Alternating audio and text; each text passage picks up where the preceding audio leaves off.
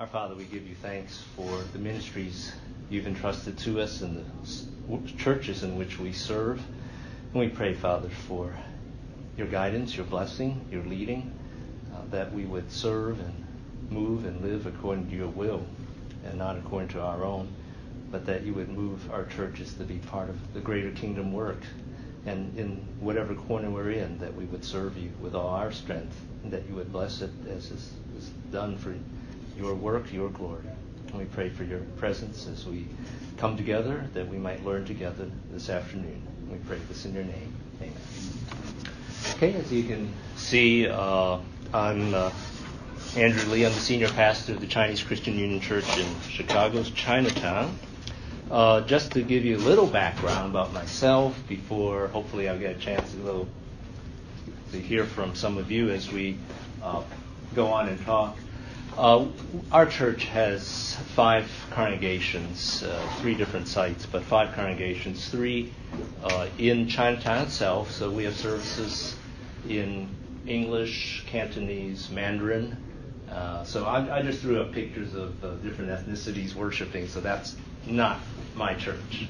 But anyway, so I've served, this is my 3rd Chinatown church that I've served. 2 in New York City, and this one now in Chicago. So this is where my experience has been. I've taught seminary for several years, and I taught for Gordon Conwell in their program for Hispanic students. And actually, of all the students, aside from Asians, Hispanic students were the ones that I felt most comfortable with culturally. There are a lot of similarities. And I've taught with seminary is mainly African American, and it's just a little bit of a different culture. But anyway, so my context has certainly been with hyphenated Americans.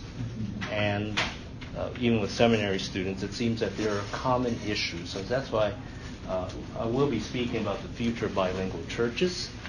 A lot of the background that I have certainly is with Chinese churches, but you can tell me if it corresponds to your experience, whether it's Chinese, Hispanic, Korean, whatever background that you have. But what I've found is that there are many similarities. So Natalia, who's helping out in the back, well, she's Romanian, and it's the same issues that we're dealing with across the board. So what other ethnicities are represented here besides, I assume, is there Korean here? Yep, Korean, Hispanic, any other ethnicities? African American, okay. Brazilian, yeah. Yep, there's a Brazilian church in New York City. And again, we run into the same problems, I think, same issues. So let me go ahead and start with this. So have you found that as you serve the second generation, that many of them are leaving? That it's very difficult retaining English-speaking millennials. So let's talk post-college, post-21. Yeah. I wouldn't say leaving, I'd say not believing. Leaving, not believing. People are not believing in the church anymore. Okay, right. Okay, that's certainly one issue. But even for those who retain their faith, do you find that they are leaving the immigrant church, or I would say the heritage church? So I'm going to use those 2 terms simultaneously. Synonymously. Yeah. So do you find this to be an issue? Trying to retain the second generation is difficult. Yes? Maybe I'm part of the issue. I grew up in an immigrant church, and I left. So Yeah. it won't be a church. Mm-hmm. Yeah, so you would be one of the statistics. You're a statistic. So, yeah. Well, your answer has to be yes, otherwise I'm in trouble. Why am I talking about this? Yes. So, okay, in Phoenix we have a group of international pastors, mostly refugees and immigrants. Mm-hmm. And that's the common thing they say, that the younger people that are growing up Yep. in America, doesn't matter which country, they always struggle because they feel like we're always talking about it basically, how Yep. they don't fully fit in their parents' church anymore, but they also don't fully fit in a typical envelope church. Right. They kind of feel lost. Sure. Sure. And so these children have grown up in your church. You've expended a lot of effort, a lot of energy, nurturing them, raising them to adulthood, and then they leave. And I think we feel disappointed, sometimes hurt, and wondering, well, where's the future? These are the issues that we struggle with. So, DJ, let's see, this is on. So this particular church is in Brooklyn, New York. It began as a Swedish Methodist church. So it's a Swedish Methodist church, but now it is an it is a Anglo-Episcopalian church. So it's gone from being Swedish to Episcopalian, right? Methodist, Episcopalian, and Anglo. And the reason for that is that the people who grew up in that church, Swedish church, they learned English, they grew up, they became adults, and they left. And the church then began a death march toward extinction because they're gone. It is now a whole different church. And that's the common experience of those who came from Europe as they began churches. The children grew up, they learned English, they assimilated, they went to American churches, other churches, and they disappeared. And so the question is that the same fate for those of different ethnicities whose color might not blend in as easily as those who are fair-skinned? That's a question we're dealing with, because the trend that we're seeing is that they are leaving the heritage church. Even though the skin color is different, they're still leaving. Is there any point in keeping these bilingual churches? So, what is your church or ministry setting? Is it difficult to retain young adults? Do you think there's a future for bilingual churches? What would be helpful for you to gain from this workshop? So I'll give you about two minutes just to chat with your neighbor, decide who you want to talk to. If you want to talk to yourself, you can talk to yourself. Or you can talk to me. That's fine too. So just 2 minutes, maybe speak to someone that you did not come with. So some of you came together. And just, whichever questions would be helpful, just as a beginning, and especially if you can answer the third one, what would be helpful for you to gain from this workshop? So I'll give you about 2 minutes.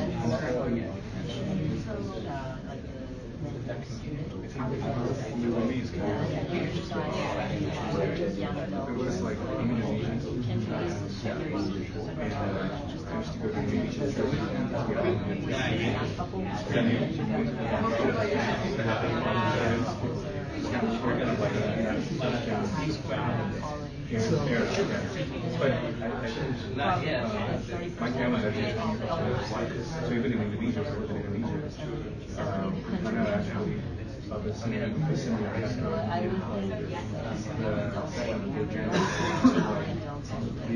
not necessarily I wonder if that's something more about the I think one of the reasons when they start to make their studies in different states, strong kind of pick up and they find themselves different times. So it's obviously they will leave, parents and but you think it's the same emotional apparently Our passport.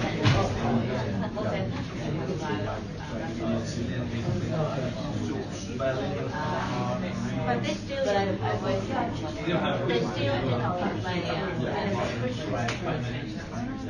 don't feel a lot of, as long as they grow, as long as they have another church, at least they have, build up their foundation.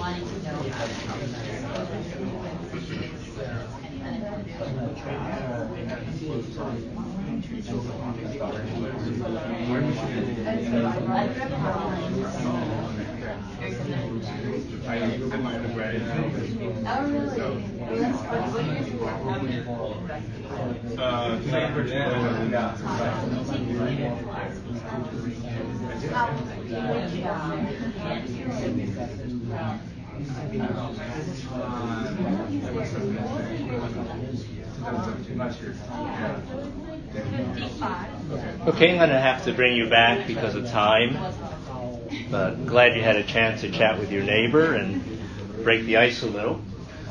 So I don't know if anybody got the third question. What would be helpful for you to gain from this workshop? And you can just answer now. Is there anything other than describing what's going on? What would be helpful? Or you just want to talk about it? Maybe do some case studies, like some based on your experience. Sure. People that you know. Yeah. All right. Remind me if there's a particular point that you want a story from. Okay. So a few of us come from a bilingual Chinese church. Yes. English, Cantonese, Mandarin speaking. Uh-huh. It feels like we are three churches sitting under one roof. Right. Yeah, and I'm one of the pastors. Okay. I mean, the staff team talks and stuff, but I mean, how do you align everything? Okay. That's from a cultural perspective, and also being bilingual and culturally motivated. Was the beginning of the church, and so inherently more inward in terms of ethnicity. Mm-hmm. So just so most of my congregation members, I would suspect, they would only evangelize to someone who could speak their language, right? Even though they don't see them most of the time at workplace. And then so we're talking about changing culture. Yes. Planning churches, city, and stuff. It's like, okay, there's a gap there. So it's hard. Yeah, yours is a little bit more refined, your question, a little more specific, and if we have time, we'll get to it. I have PowerPoint slides that deal a little bit with that, but I don't know if we'll get to it. It's okay. I mean, but I do have a little bit to say about that. Anything else? All right, we're going to go. Okay, a guy named DJ Chuang, I don't know if you ever heard of him. He came out with this book several years ago, Multi-Asian Church. DJ, he served in a Chinese church in D.C., and then he's been a freelancer working with L Squared Foundation and then some other organization right now. So in his book, he has a whole page or two, in which he talks about how difficult it is to retain the English speaking. So this is talking about Chinese, Korean churches. So these are some of the quotes from his book. A study shows that well over 75% of American-born Chinese and Chinese immigrant churches end up leaving their churches, and this was 1990.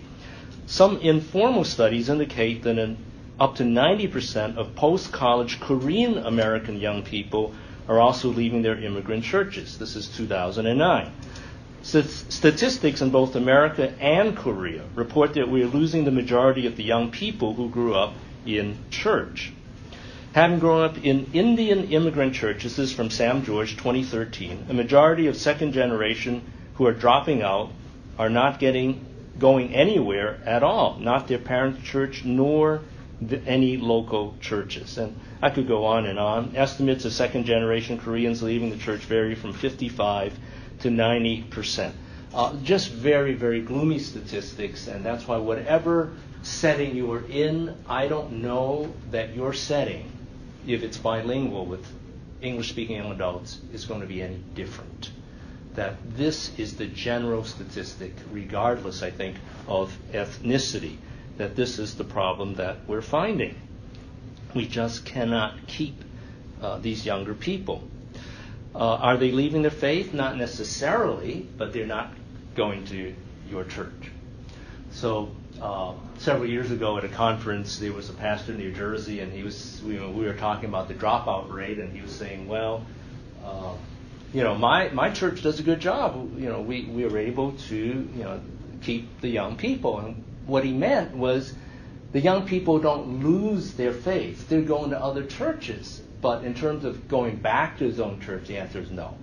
A lot of them are not going back to their own church. So, what happens? Why is it this way? And then there's something called the boomerang effect. I don't know, have any of you heard of that, the boomerang effect? They're saying that in some churches, as these people become adults, have children, have older children, that they're going back to the immigrant church. Now, this is something that Peter Cha from Trinity has said, and my thing is, where are the statistics to prove it? It's not happening in the Chinese churches, I'll tell you that. Where are the statistics to back it up? If there are some, I haven't seen them. So I don't know in your experience if you've seen that. But unless the first generation church changes, it will not happen. The people may come back for a while and they're going to leave again because some of the problem is cultural. Yeah, we'll get to some of these in time. So let's work from the beginning. What usually happens in youth ministry? So you have your English-speaking children. They go to Sunday school. Now they go into youth ministry. In your churches, do you separate your teen worship from your adult worship in English? Do your teenagers go to a separate worship service? Okay, so some yes, some no. So you have both. But it is common in larger churches to take the junior hires and high schoolers, and they have their own separate English service. And then you have the English service for the rest of the adults. And of course, the whatever language, the native language is, you have your services in that way. And so if that's the case, if you separate junior high and high school, these kids don't really ever understand who the adults are or know who the adults are very well. They're not used to the adult service. So then they're going to go off to college, they'll come back for a while, they'll go to the adult worship, and they're going to feel out of place. They wish they were back in high school worship service or the teen service. They graduate from college and they come back, and they don't usually stay because the effect has been there, the separation. So just speaking about teens in general, one researcher tracked 2,500 young people for 12 years, from the time they were 13 to 17 to the time they were 25 to 29. And what they found, it's a lot of data, over 2,500 young people, that when there's an engagement with adults in the congregation, seeing these adults serve in church, seeing them practicing their faith, maybe even serving alongside them, having a mentoring relationship with them, that this goes a long way in helping the youth retain their faith. But again, this is just speaking about youth in general, not necessarily immigrant youth, but you see the gap if there's a language issue. How do you associate with those if you don't even speak the same language easily, comfortably? It's hard. And that's just in general talking about youth and adults who speak the same language. So there needs to be some interaction between the adults and the teens if you want to help to retain them. Otherwise, if we keep them isolated, segregated, separated, it's very difficult. The relationships are not there. So that's just youth ministry. And I'm skipping. I've got more material in this, but I'm going to skip because of time. So let's go to the college experience. Now, what happens in college? So your youth go off to college. What do they do in college in terms of their faith? Might have been your experience for some of you, but what do you do? Student ministry. You go to student ministry, okay? Student ministry with what? IB, crew. Well, there was a Baptist student ministry. Okay, Baptist student ministry, okay. Similar for some of you? You go to student ministry, and what do you do for church on Sundays?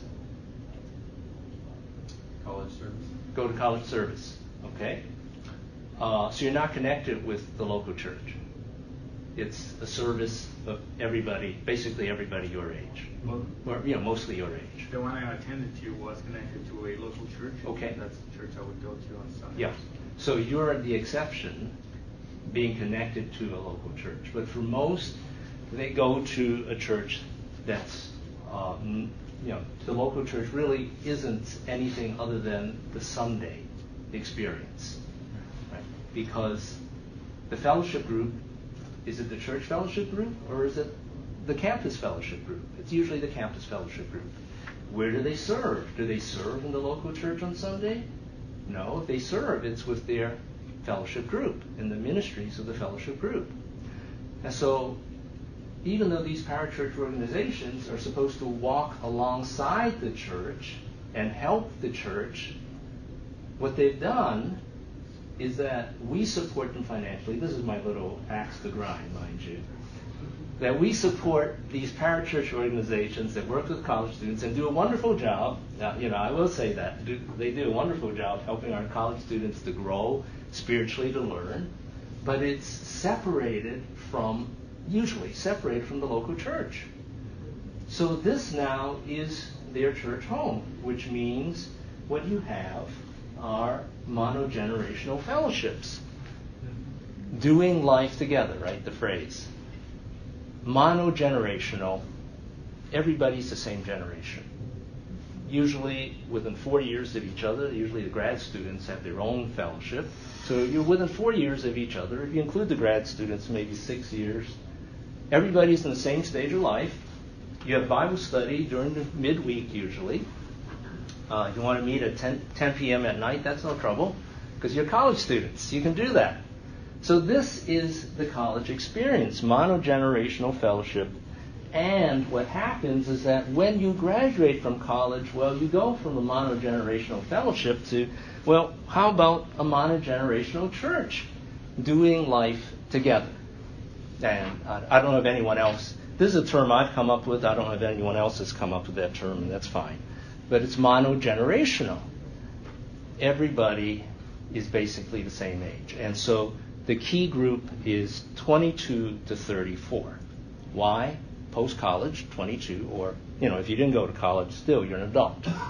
To 34, because what happens by your early 30s? Usually, you've found a spouse, right? You've gotten married. Maybe you begin having children, starting families, so now it's a different stage of life. But in preparation for this, as well as for a chapter in the book that I've been asked to write, I surveyed pastors around the country, mainly Chinese, because those are the contacts. And I'll show you the results of the survey later. But it talks about why, I asked them, why is it that people leave the immigrant church? Why is it that they stay? So we're going to look at that later on. But this monogenerational church is what usually happens. Why do young adults choose this option, despite the fact that many first-generation churches have incorporated English-only worship services? And I think, again, this is what they're used to doing.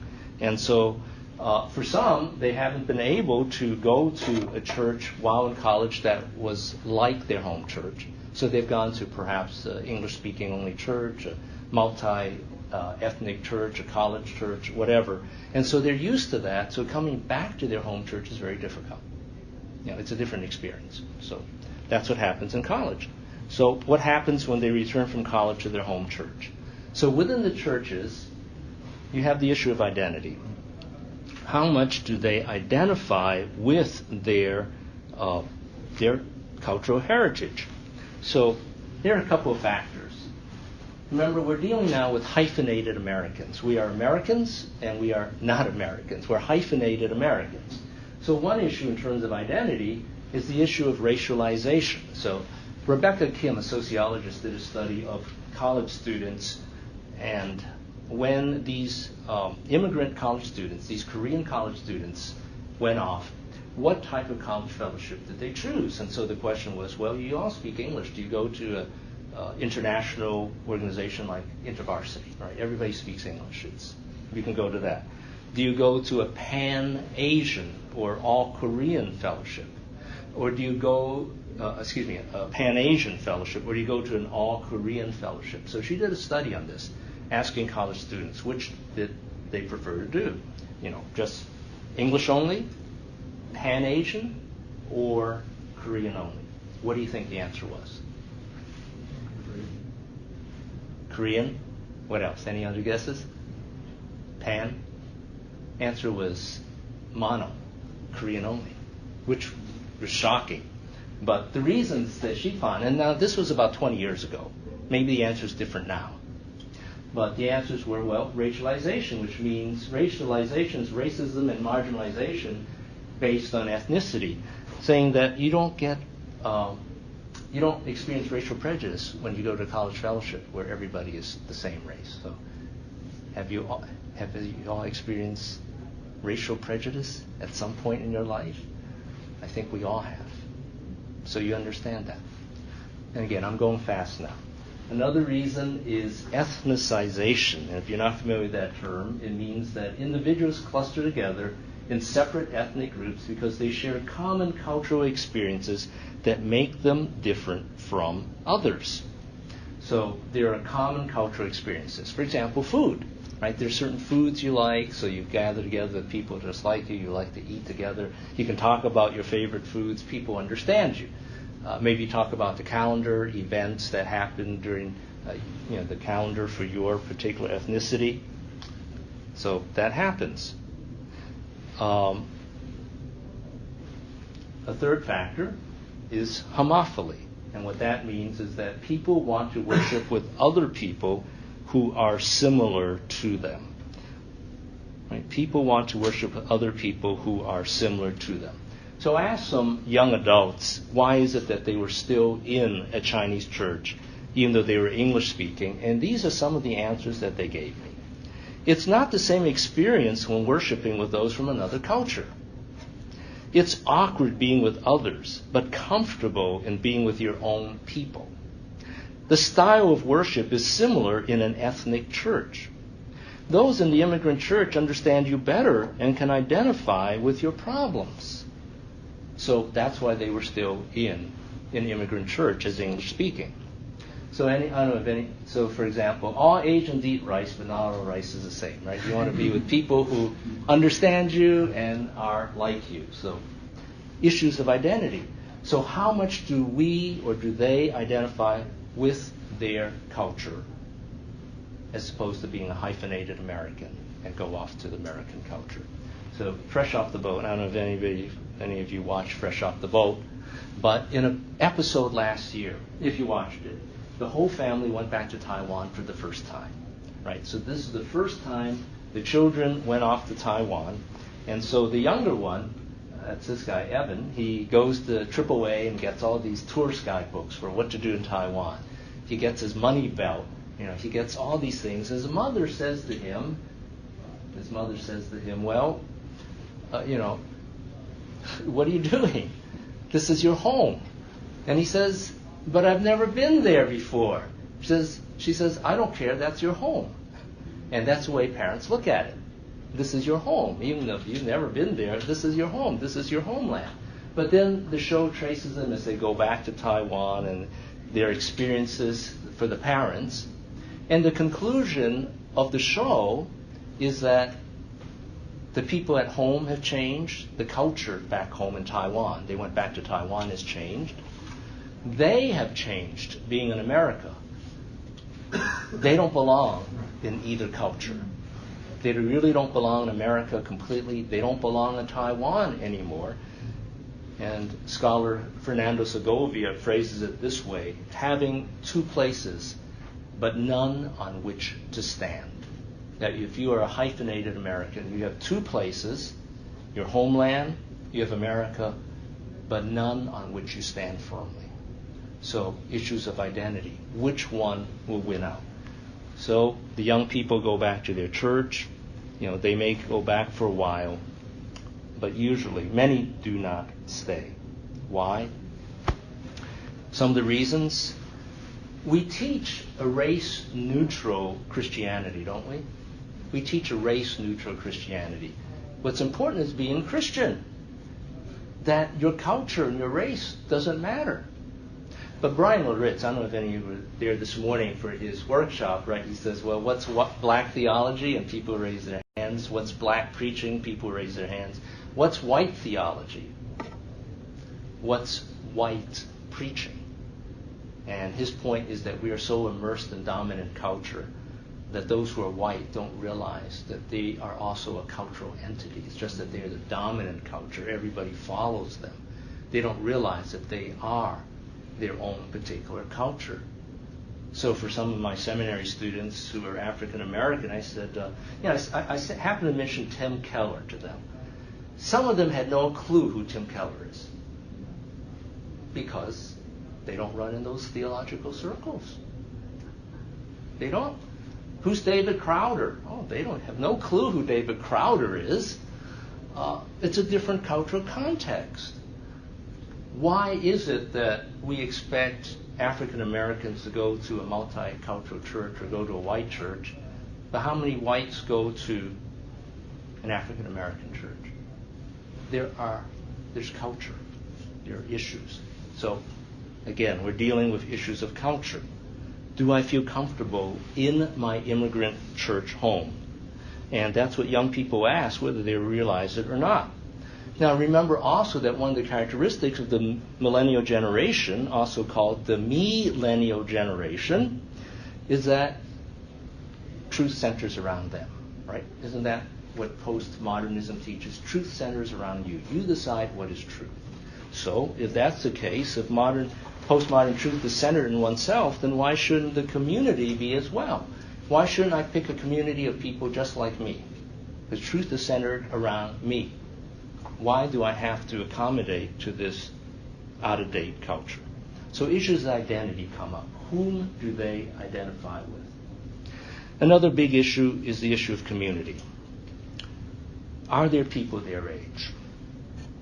And without what is known as a critical mass, they probably won't stay. The critical mass refers to a nuclear chain reaction. You have to have enough material that if you start a chain reaction, it's going to continue. Otherwise, it's going to stop. And so you may have a young adult ministry, but if you do not have enough young adults, they probably will not stay because it is not sustainable. So here's a question. What percentage of the congregation should consist of millennials in order to sustain it? And this is from one of these studies. What percentage do you think? 20%. Okay, 20%. That's a good guess. Someone else? Sorry? Sustain what? Sorry. To have a young adult ministry that's sustainable. I'm sorry? 40? Okay. Okay. The answer is 15. 15%. But here's my caveat. All right, maybe you have 15%, but what if your 15% is 10 individuals? Is that enough? See, I don't think so, right? I don't think 10 individuals is enough. I personally think you need at least 15 to have a go at it, to have to be able to sustain a young adult ministry. I think you need at least 15. That's my personal guess. Because if you have 10 or less, it's just hard. You know, you're missing a couple people, and then what? You have 6 people, 7 people at a meeting, and it's just hard. And things happen in life. People move away, whatever. So a big issue here is the issue of community. Are there enough young people their age so that they are going to stay? Because loyalty is not high for this generation. Another factor related to community is, are there people of the opposite gender so they can find a spouse and get married? Right? Isn't that a big issue for the 20-somethings? Right? 20-somethings, early 30s, and so they'll go to another church because that church has a lot more younger people than my church, regardless of, what church it is. So that's, community is a big issue. Another one related to community is lack of connection to the congregation. If my friends aren't here, why am I staying? My friends aren't here. They've gone to other churches, so why should I stay? Or, I don't know the adults in my congregation. Right?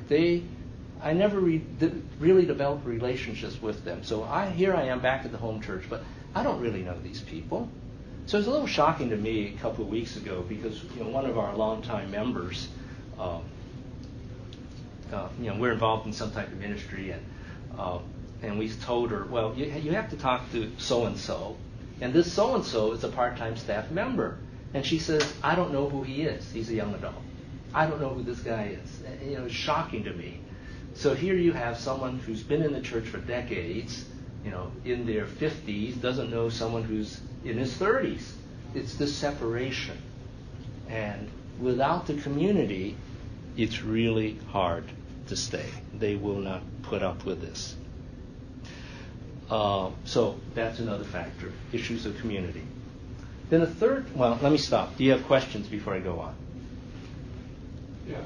Yeah. So how much of the separation between generations is like an issue of culture as opposed to like just a church issue? It's like, are there any cultures in your experience, maybe from your students, that you feel like the culture is more prone to bringing the generations together than others?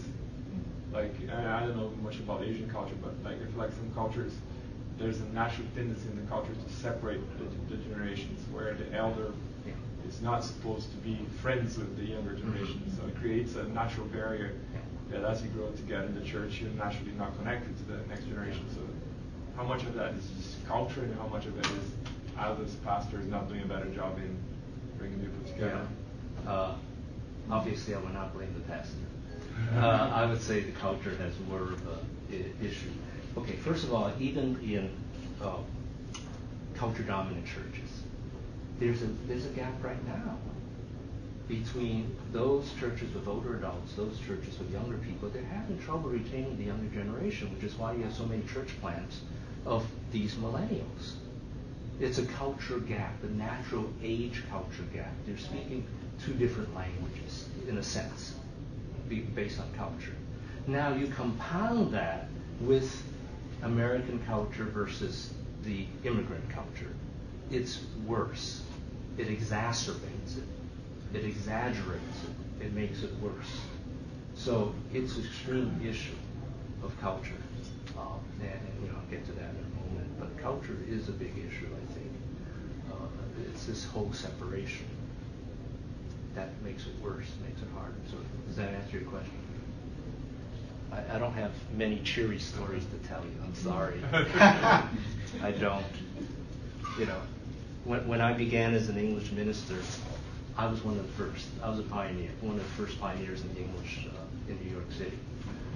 Now, we're becoming extinct because what they tell me in the West Coast is that English language ministries are really, really difficult. So, yeah. Okay, any other questions? Community. So the next one is leadership. And here we get to what you were asking about, first generation leadership, roundabout way you were asking that. First generation leadership, they maintain control and power, and they don't want to give it up. So one particular young lady says, all her peers left the church because they say the church is stodgy. It's old-fashioned. There was a study that looked at, I think, 64 English-speaking Chinese pastors and why they left, what discourages them. And one of the overwhelming reasons was the cultural differences and the demands of culture. That's why they left. So the first generation leadership, that is an issue. That if the second generation is not allowed to have power, authority, decision making, a voice, they don't want to stay. They have to believe that they have a voice. Now, you want a personal story. So let's say you have a church board of, for sake of argument, 12 people, right? 12. That's a biblical number. And you want someone from the second generation to be on the board. So let's say they select you. And they come to you and say, and your name is? Laura. Laura. Okay, Laura, do you want to, we want you to serve on the church board. Would Laura want to serve on the church board? Probably not as the only person, second generation person. That's exactly the point. Not as the only person. We'll give you a place at the table, but if there are 12 seats and you have 1 out of 12 seats, they're not gonna listen to you. Even if you have 2 seats out of 12, they're not gonna listen to you. So they think, the first generation thinks, look, we're giving you a voice. But what they don't realize is that their voice overwhelms your voice. And so you have trouble finding people to serve. So, leadership. Then another issue of leadership is, where are the English-speaking personnel? Where are the English-speaking pastors? They're gone. You know, in Asian churches, they don't want to deal with the hierarchy. They don't want to get killed. So they go to other ministries. They plant their own church. Right? A lot of these seminary students, I don't want to go back to this first generation church. I'll plant my own church so I don't have to deal with it. Or they'll go to a large multi-ethnic church because the conditions are better there. Where is the leadership? And if you don't have the pastors there, even if you do, well, then if you're a young adult, you come back from college, what are they going to do to you? So, true story. So this couple went back to, they graduated from college, went back to this particular town, and they were checking out churches. It wasn't their hometown, so it's a different town. So they're checking out churches. So they go to an Asian church, and they're looking at some popular churches, and the Asian church loves them. The Asian church wants them. Ultimately, they decided not to go to the Asian church because they knew that if they went to the church, they would be the workers. Here you are, you're the young adults. We need you to minister to the youth. Right. So they went to, the multi-ethnic church that was culture dominant because they didn't want to get sucked into it. So that's what a lot of the second generation become. They're the worker bees. They're asked to serve. Then, with the issue of leadership, we're the role models to help them. They become the role models, because people leave. They just are asked to serve incessantly, and they burn out, and so they leave. Okay, I'm going to move on. Church programs and theology. So here's the thing. Does the church believe in what the second generation believes in? So here you are in college, and you learn about caring for the environment. You learn about social justice, right? And some of these college groups do a good job of advocating those ministries. You come back to your immigrant church. Do any of your immigrant churches advocate environmental concern?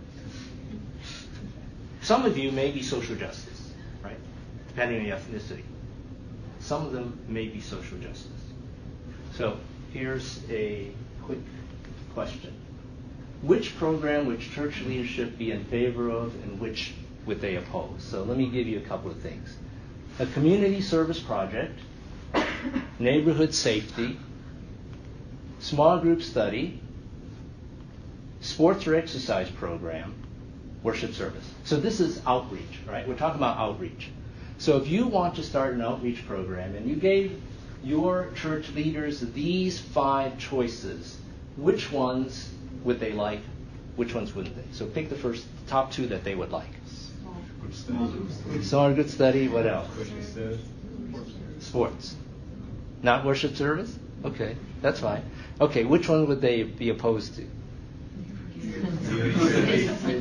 Neighborhood safety, and which other one? Community service? Maybe. Okay. So this is a study from Lifeway, and this doesn't have to do with ethnicity. This is just asking in general. Young people. Is someone you knew, can you see that well enough? Is someone you knew invited you to the following activities sponsored by a local Christian church? How likely would you be to attend? So the purple is extremely likely, the blue is likely, the green is unlikely, the dark green is extremely unlikely. So what we want to look at are the purple and the blue, right? An event to make your neighborhood safer, that was number 1, which the first generation doesn't like. A community service project, 50 1%, which the church may not be in favor of. Sports or exercise program, all right, you've got a shot there at 46%. The worship service is 34%. Small group, you guys said, that's 26%. So what I'm saying is that what the second generation wants in terms of church programming, church ministry, the way they think theologically about reaching the community is at odds with the first generation. So why do they want to stay? That's another factor that mitigates against them staying. So here we are now at, so because of time, watching time. Okay, so this is now the survey I came up with, and these are the answers. I hope you can see them. Why do people leave the Heritage Church? So I've got it separated. Pastors from New York, New Jersey, this is how they answered. California, the others were small, and then the total and the percentage. So if we look at these answers, 75% of these pastors said people leave because of issues of community and looking for a spouse. 56% said because of culture and conflict, right, what we talked about. And understanding that there's a margin of error because my sample size is not quite large enough, but even with my standard, my error, these numbers are so large that the answers are still relevant, regardless of my sample size. That these are the top reasons why people leave. And so this was an open-ended question. I didn't give them choices. I said, what are 4 primary reasons, excluding relocation, why young people leave the church? So we just looked at all their answers and tabulated them, and these 2 stood out. Then the lack of programs, meaning if your church is small, you don't have enough programs for the young people. Maybe not enough to help the children, not enough to help the youth, whatever. They leave.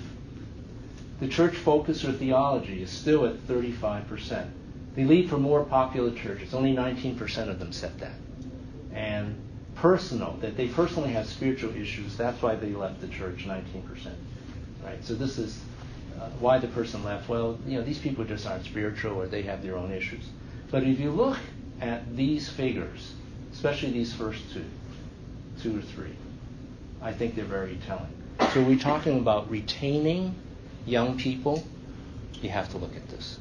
All right, so let me pause for a moment before I get to why they stay. But any questions or observations you would make? Yes. Even though we're referring to these churches as heritage churches or only immigrant churches, in a lot of areas where there were a lot of immigration waves, it slowed down for a lot of these communities, right. I'm guessing. And so I guess my question is, what would a healthy heritage church look like 20 years from now? Like, what is the ideal church to look like? Okay. All right, that's a question we'll come to at the end. How's that? Okay, anything else about the graph? All right, here's the next one. Yeah. I was just going to say, what exactly you mean by community and spouse? Friends. They don't have friends. Okay. Or they left because they want a spouse. Or they're or they went to their spouse's church or whatever. So that's what it's meant. But the overwhelming community was the answer. Okay, why do people stay in the Heritage Church? Here are these answers. They stay because of community and spouse. 73%. They stay because they like an intergenerational family. 50%. They like the church focus. 37%. There are opportunities for them to serve. 37%. They like the programming. 31%. They stay out of tradition and habit. 29%. So, what do you make of this? These 2 charts.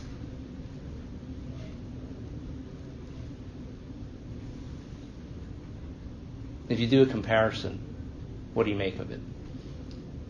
All right, why do people stay? All right, here's why do people leave. Community and spouse, 75. Community and spouse, 73. What does that tell you? Same. The big issue are your social ties. And then second reason why they stay is because they like the intergenerational connections, the family relations. So if you want to keep your next generation, community is your biggest issue. How do you develop community?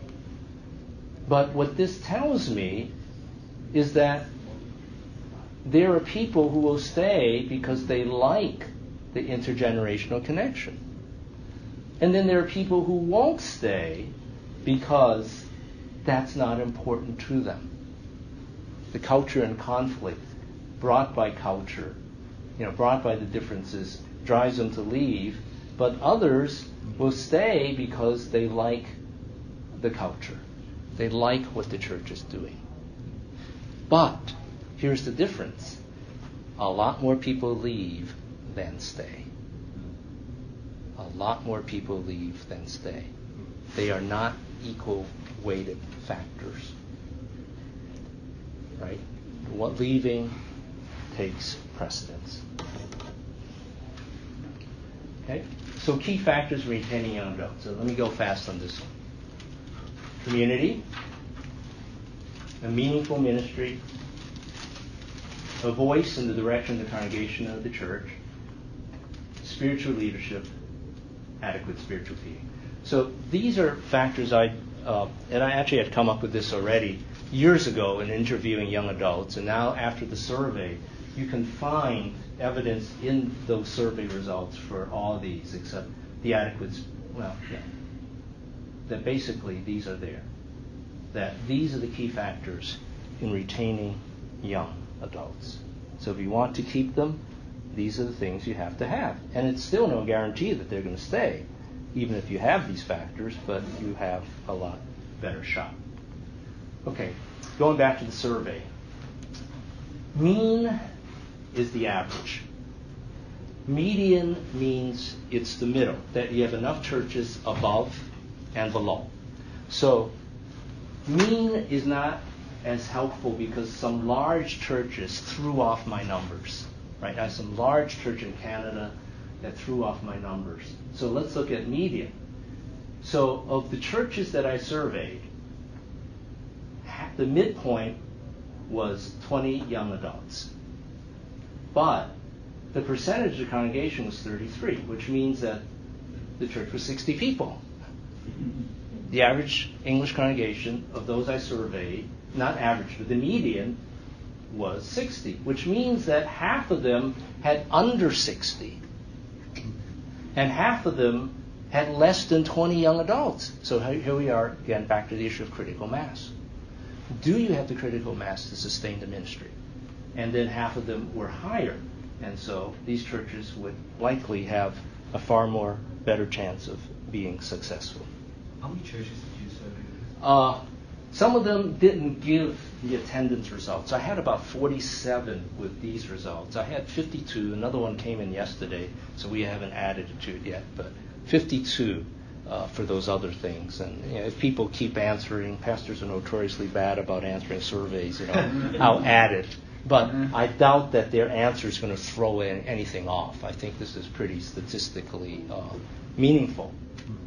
So the question is, how are you going to factors that affect the future of the bilingual church? So my question is your ethnic group nationally visible? Is it viewed in a positive or negative light? So if you belong to an ethnic group that is viewed in a negative light, why would the young people want to go to your church? But if it's viewed in a positive light, then they will more want to go to your church. Another issue is, what's the rate of immigration? Now, the rate of immigration for Koreans and Cantonese Chinese has slowed down tremendously. And if the immigration has slowed down, you're not going to get the parents. You're not going to get the children. The English ministry is going to begin to peter out. So what's the rate of immigration? Is there a critical mass, which I've spoken about several times? The attrition of millennials is inevitable, so that's a given. No matter what you do, people are going to leave. It's, can you retain enough to have a viable ministry? And it's easier to plant a new church than to reform an old church as culture eats strategy for breakfast, lunch, and dinner. Meaning, if you have issues with the first generation leadership and they are not willing to change, it's easier for you to start a new church plant. than it is to try to change that church culture. It takes a lot of work. And here's the thought. Here's my suggestion. Plant English ministry churches and work backwards by retro-starting an immigrant language congregation. And the reason for that is that you won't get the power dynamics, because I would like to think most second-generation church plants are not invested in power as much as the first generation is. So if you start a second-generation church plant of whatever ethnicity, and you say, okay, now it's an English-speaking church, but let's go back and start a congregation to evangelize as a mission for those who are in the first generation. So that is the thought I leave with you, that it is so hard to reform an old church. It's easier to start a new church. But if you are part of a large church, then it's possible. Because, it's possible. The church, one of my churches in New York, we went from under 200 to over 500 in 7 years. So it's possible. And we are probably the largest English-speaking congregation in an immigrant Chinese church outside of California, because 40% of Asians live in California. So they throw our numbers off. And Canada throws our numbers off because of all the migration to Toronto and Vancouver. But within the U.S., we are probably the largest. So it's possible. But it's an uphill battle. Okay, leave it up to you for questions. Comments, questions. I'm not here to depress you, but I'm sorry, this is reality. I feel like you spoke a lot about preference. Yeah. And we just planted a church 7 years ago with the vision of mission over preference. Okay. And our community is Hispanic, Anglo, some Africans Americans there. So we have a bilingual church with 30% maybe only speak Spanish. The other 30% can be bilingual, first, second, and even all the way to third generation. Yeah. And 30% is only English. Yeah. But I'm dealing with, are we going to keep fighting for those churches that have only one ethnicity, or really want to plant churches, so make churches more like community church, community that represent our around our buildings, you know what I'm saying? Because we have one African American church close to our building, and nobody of those people live in our community. They're driving like 45 minutes every Sunday to that building. Yes. It's a big building, it's a big church, but it's just a building in the middle of the community. What happened the rest of the week? Right. What's going on with the schools around that church? You know what I'm saying? Yeah. Well, what Brian Laritz said this morning was that your church should mirror your community. So if your community is mixed, then I think that's your goal, to begin moving out. And if you have 1/3 of your congregation as English speaking, you're at a good start. As I said, when the power dynamics are more equal, then you can begin to branch out and do more. And starting a new church, church plant, is easier than reforming an older church. Yeah. Natalia? Do you recommend that? Personally, if I were younger, I would probably shoot for something like that, because it's just so hard. And it's not that my church isn't, a good size. It is. It's the largest Chinese church in the Midwest, and our English congregation is several hundred. But we still lose people, that go to the other types of churches for the reasons we listed, and maybe there are another one or two, right, Michelle? Would you agree with that? It's a bit of an uphill battle, and yet there's something to be said about it, the intergenerational connection, because the immigration keeps coming in. You keep having all these parents that are immigrants raising up their children. There is a real ministry there, a viable ministry. That's why we do it. But it's harder.